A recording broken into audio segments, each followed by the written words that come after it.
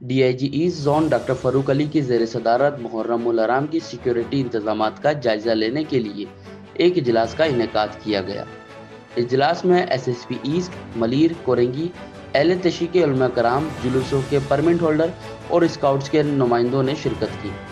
جلوسوں کے permit holder اور scouts کے نمائندوں نے D I G asset zone کو اپنے اپنے سیکیورٹی خدشات کے بارے میں آگاہ کیا۔ D I G asset zone نے تینوں ایس ایس پیز کو ہدایت دی کہ ان کی سیکیورٹی خدشات کو فوری طور پر دور کیا جائے، 24 گھنٹے ان کے ساتھ رابطے میں رہا جائے۔ D I G asset zone نے بم ڈسپوزل اسکاؤٹس کے انچارج کو ہدایت دی کہ جلوسوں کے تمام روڈ کی سویپنگ کرائی جائے۔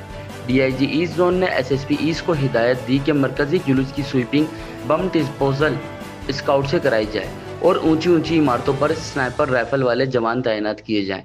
D I G asset zone نے اس عزم کا اظہار کیا ہے کہ ایسٹ زون پولیس جلوسوں اور مجالس کی سیکیورٹی کو ہر ممکن حد تک یقینی بنائے گی۔